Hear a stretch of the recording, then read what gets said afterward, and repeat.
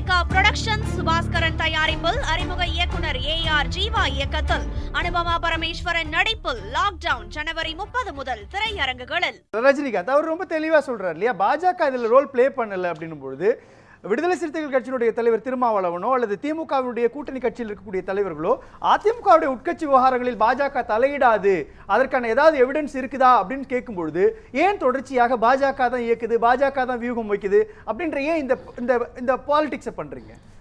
நீங்கள் சரியாக தான் அவர்கிட்ட கேள்வி கேட்டீங்க. அந்த கேள்வியிலேயே பதில் இருக்குது. நான் என்ன கேட்குறேன், இப்போ அதிராம பாண்டியன் சொன்னார், இபிஎஸும் டிடிவியும் முடிவெடுத்து ஒன்றாக சேர்ந்துருக்கான். அவங்க 2 பேருமா சார் முடிவெடுத்தாங்க? அதாவது இந்த என்டிஏ கூட்டணியில் சேருவதற்கு டிடிவியோடு பேச்சுவார்த்தை நடத்தியவர் யார்? யாரை அவர் சந்தித்தார்? பியூஷ் கோயலில் தானே சந்தித்தார்.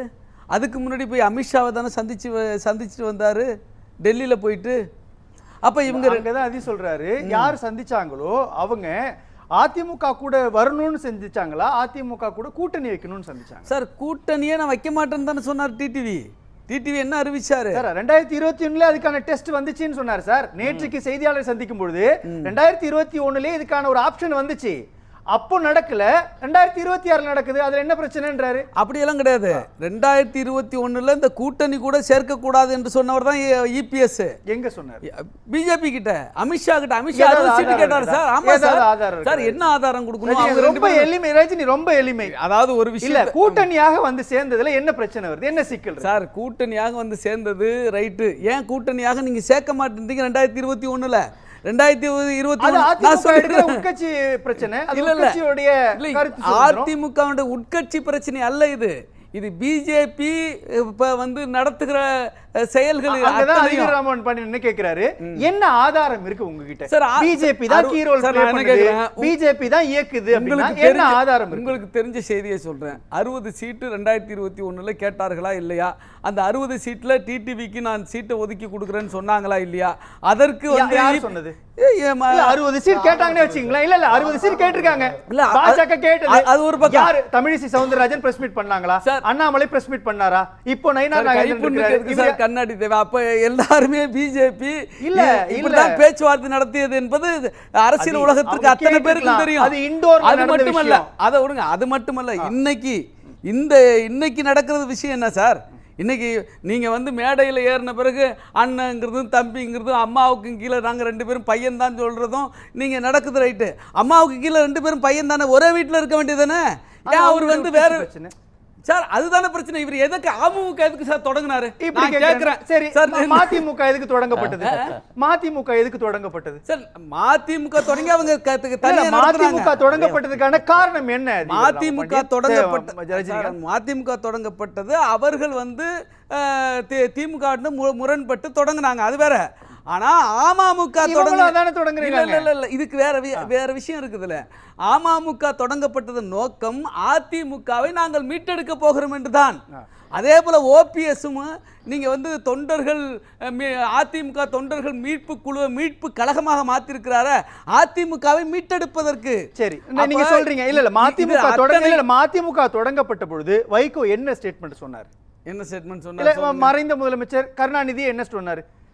திமுக கைப்பற்ற போறாரு, இன்னொன்னு தன்னை கொலை செய்யறதுக்கான திட்டம், இதெல்லாம் பேசப்பட்டது இல்லையா? குற்றச்சாட்டு சொன்னாங்க. அவங்க தனியா கட்சி தொடங்கினாங்க, தனியா கொடியை ஏற்படுத்தினாங்க, தனியா அவங்க சின்னத்தை வாங்கினாங்க.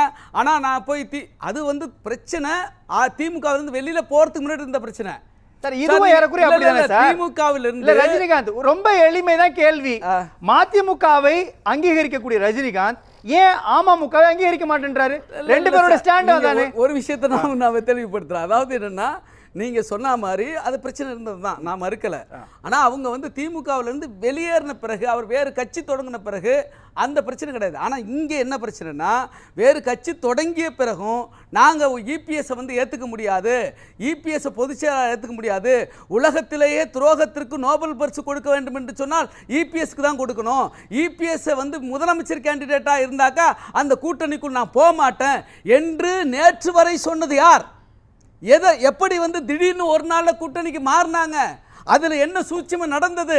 அங்கேதான் பிஜேபி ரோல் இருக்கு சார். இன்னொன்னு இல்ல அதுதான் சொல்றேன். பிஜேபி அங்க என்ன ரோல் ப்ளே பண்ணிருக்குன்றத மட்டும் சொல்லுங்களேன். அவங்க சொல்லிருக்கலாம் சார், பொலிட்டிக்கலா சொல்லிருக்கலாம் சார். அது ஒரு கட்சி இன்னொரு கட்சியை பார்த்து சொல்லக்கூடிய செயல். அமமுகங்கிற ஒரு கட்சி அதிமுகங்கிற ஒரு கட்சியை பார்த்து சொல்லுது, மதிமுகங்கிற ஒரு கட்சி திமுகவை பார்த்து சொல்ற மாதிரி பிஜேபி இதுல ரோல் என்ன பண்ணிருக்குன்னு சொல்லுங்களேன். பண்றது தப்பு சார், நீங்க கம்பேர் பண்றது தப்பு. அதாவது என்னன்னா, இவங்க அம்மா மக்கள் முன்னேற்ற கழகத்தினுடைய அல்டிமேட் கோல் என்னன்னு கேட்டீங்கன்னா, இந்த அதிமுகவை கைப்பற்றுவது, அதிமுகவை தன்னகத்தை மாற்றிக்கொள்வது, இபிஎஸ்ஐ அங்கிருந்து அப்புறப்படுத்துவது என்பதுதான் அவர்களுடைய நோக்கம். நாங்கள் ஒன்று சொல்றேன் உங்களுக்கு, இன்னைக்கு இவர்கள் ஒன்றாக நிற்கிறார்கள் என்று சொன்னால் இபிஎஸும் டிடிவியும் நம்ம ரெண்டு பேரும் ஒன்று சேர்ந்து நாம வந்து திமுக வீழ்த்துவோம் என்பது அவர்கள் எடுத்த முடிவல்ல, பிஜேபி எடுத்த முடிவு. கடந்த காலத்தில் அவங்க என்ன வேணா சொல்லியிருக்கலாம் சார். நேற்றுக்கு பிரஸ் மீட்ல சொல்லும் பொழுது அம்மா ஆட்சியை மீண்டும் கொண்டு வர ஒருங்கிணைந்து செயல்பட வேண்டிய அவசியம் வந்திருக்குது. இது பங்காளி சண்டை, இதுக்குள்ள நீங்க வேற எதையும் பார்க்க தேவையில்லைன்னு சொல்லிட்டாங்களே. ஒட்டுமொத்தமா அத்தனை ஸ்டாண்டை அவங்க மாத்திட்டாங்க சார். அப்படியெல்லாம் கிடையவே கிடையாது. இங்க என்ன பிரச்சனைனா, திமுக அதிமுகவுடைய ஒருங்கிணைப்பை அல்லது கூட்டணியை பார்த்து அஞ்சுகிறது அப்படின்னு ஒண்ணும் கிடையாது. என்ன எதுக்கு அஞ்சனும்? எல்லாருமே அதிமுகவில் இருந்தவர்கள்.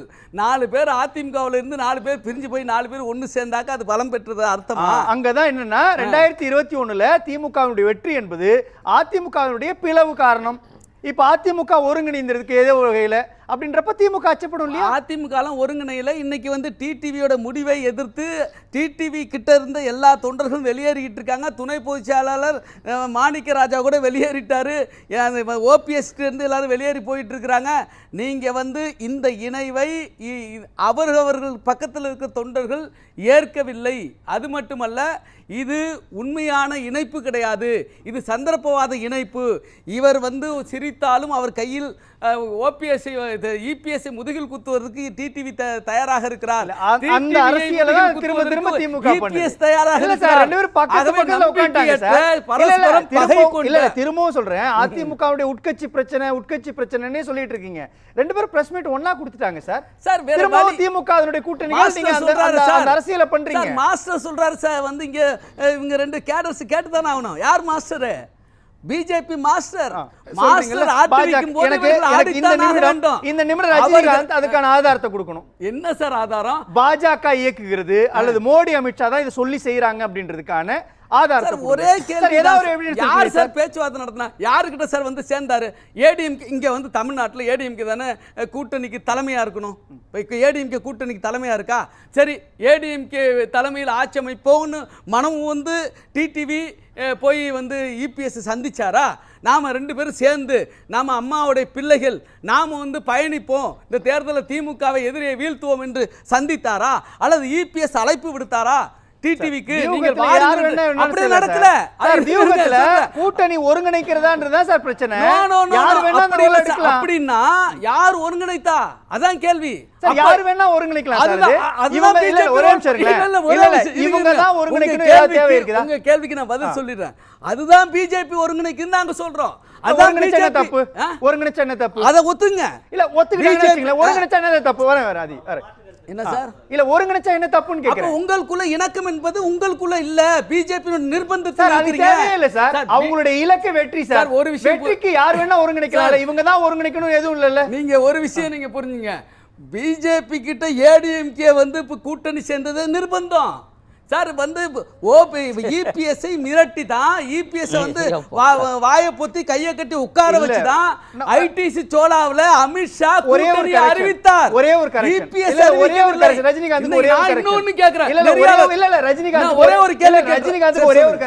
சொல்லுங்க. அதிமுக என்டிஏ பாஜக ஒருங்கிணைக்கல சார். ஒட்டுமொத்தமாக என்டிஏவில் இருக்கக்கூடிய கட்சிகள் அதிமுகவுக்குள்ள வந்திருக்கிறாங்க. அப்படியெல்லாம் கிடையாது சார். ஆமா சார், 2024 அதிமுக தனியா இருந்துச்சு சார். இந்த பக்கம் அன்புமணி ராமதாஸ், பாஜக, ஜான் பாண்டியன், அமமுக எல்லாம் இருந்தாங்க. நீங்க ஒண்ணா வந்திருக்காங்க சார். உங்களுக்குள்ள பேசிட்டு உங்க விஷயத்துக்கு வரேன். கரெக்ட், நான் ஒத்துக்கிறேன். ஆனா என்டிஏ தலைமையில் பிஜேபி தலைமையில் தான் கூட்டணி என்று நீங்க அறிவிக்கிறீங்களா? அவங்களே சொல்லிட்டாங்க சார். மோடி அறிவிச்சிருக்காரு நேத்து. என்டிஏக்குள்ள இருக்கக்கூடிய குரல் ஒரே நிமிஷம் சார். என்டிஏவுல இருக்கக்கூடியது அமமுக, ஜான் பாண்டியன், ஜி கே வாசன், அதே மாதிரி கூட்டணி தலைமை பிஜேபி. அங்க அவங்க தான் இருந்தாங்க.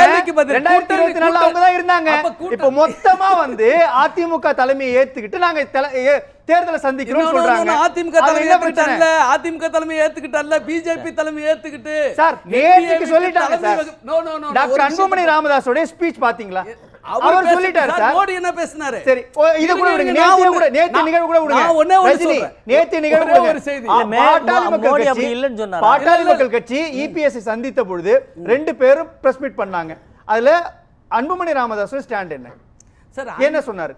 அவர் என்டிஏ கூட்டணியில சேர்றோம்னு சொல்லல, அதிமுக கூட்டணியில சேர்றோம்னு தான் சொல்லிருக்காரு. ராமதாஸ் எப்படி சேர்த்தாங்கன்னு அதுக்கும் பிஜேபி தான் காரணம். எல்லாத்துக்கும் யூகம் தான் சார் நீங்க சொல்றீங்க. அதுக்கு அவங்க அப்பாவே சொல்றார் சார். அது அவருடைய தனிப்பட்ட கருத்து சார். அது வேற விஷயம் சார். எனக்கு சொல்லுங்க. இல்ல எனக்கு புரியல. அவங்க அப்பா ராமதாஸ் 2024 ல இருந்து ஒண்ணா இருக்க கூடிய கூட்டணியை எப்படி சேர்த்தாங்க நீங்க 2026ல சேர்ந்தாங்க சொல்றீங்க சார். பேச விடுங்க, என்ன பேச விடுங்க. அதாவது என்னன்னா அன்புமணியுடைய தந்தையார் மருத்துவர் ராமதாஸ் அவர்கள் அன்புமணி மேல் இருக்கிற ஊழல் குற்றச்சாட்டுக்கு மருத்துவக் கல்லூரி மத்திய பிரதேசத்தில் 2 மருத்துவக் கல்லூரி தொடங்கினத்துல இவர் ஊழல் பண்ணியிருக்கார் இல்லையா அன்புமணி, அதற்கு அவரை மிரட்டி பிஜேபி இந்த என்டிஏ கூட்டணியில் கொண்டு வந்திருக்கிறது என்று நான் சொல்லவில்லை. அப்படி சொல்லல ராமதாஸ் சொல்றார். ராமதாஸ் சொல்றீங்க. ஆமா சார். டாக்டர் ராமதாஸ் என்ன சொன்னார்னா ஊழல் குற்றச்சாட்டை விரைவுபடுத்துங்கன்னு நான் என்ன கேக்குறேன், ஊழல் குற்றச்சாட்டை விசாரிக்கணும்னு சொன்னாரா இல்லையா சார்? அது அவருடைய ஸ்டாண்ட் சார்.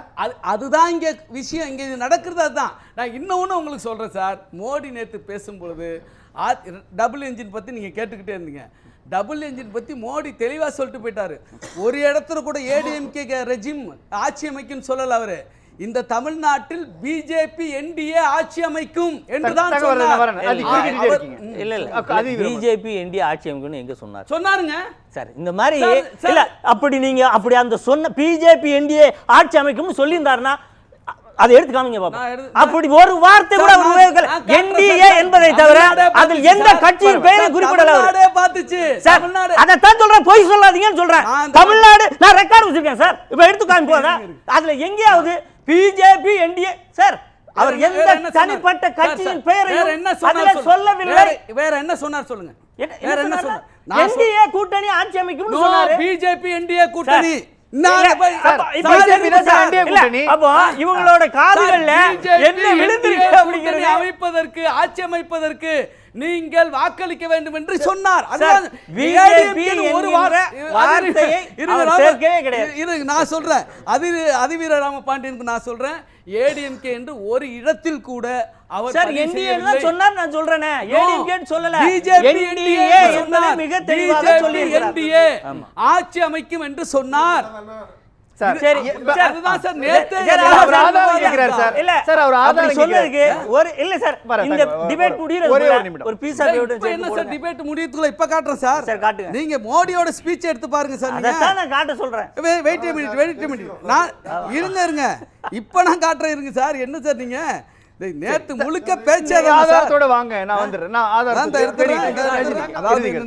கூட்டணி அவசியம் தான் என்பதை தமிழ்நாடு மக்கள் வந்து உறுதிப்படுத்தி இருக்கிறாங்க என்பதில் மாற்று கருத்து இல்லை. திமுக கூட்டணி வலுவாக இருக்கிறது, மிக அப்படியே இருக்கிறது, இன்டாக்டாக இருக்கிறது, பலமாக இருக்கிறது. அதிமுகவில் ஒருவருக்கு ஒருவர் வந்து பின்னால் கத்தியை வைத்துக் கொண்டு கூட்டணி என்று சந்தர்ப்பவாத கூட்டணி சேர்ந்திருக்கிறார்கள். நான் சொன்னதை போல நான் சொன்னதை போல நான் மீண்டும் போட்டி காட்டிட்டேன் உங்களுக்கு. இங்கே வந்து பிஜேபி என்டிஏ ஆட்சி அமையும் தான் மோடி சொன்னதை நான் காட்டிட்டேன். நன்றி.